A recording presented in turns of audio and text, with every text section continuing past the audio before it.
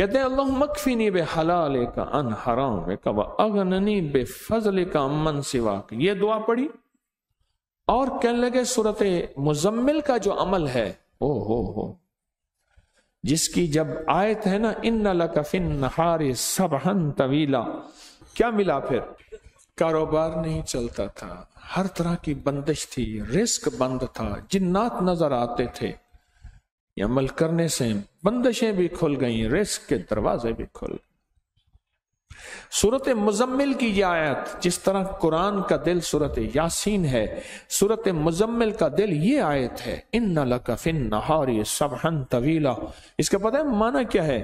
مولا دن بڑے لمبے ہو گئے ہیں، دھوپ ہی دھوپ ہے، کوئی چھاؤں نہیں ہے، اب تو دن کو ڈھلتا دکھا دے اور مجھے کوئی چھاؤں دکھا دے. یہ پتہ نہیں کون کہتا تھا جب قافلے صحراؤں میں جاتے تھے، اونٹ ہوتے تھے، اونٹ کے سائے کے علاوہ کوئی سایہ نہیں ہوتا تھا، اس وقت کہتے تھے ان لک فی النہار سبحا طویلا. سورۃ مزمل کی آیت.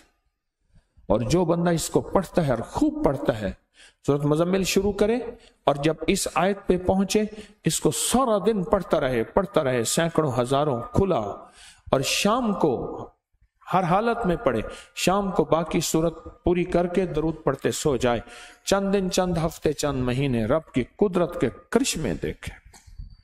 لوگوں کو اپنی یوٹیوب چینل ہر وقت سبسکرائب کرائیں. آپ دوسروں کے لیے صدقہ جاریہ بنیں گے، اللہ پہلے آپ کی مصیبت ٹالے گا.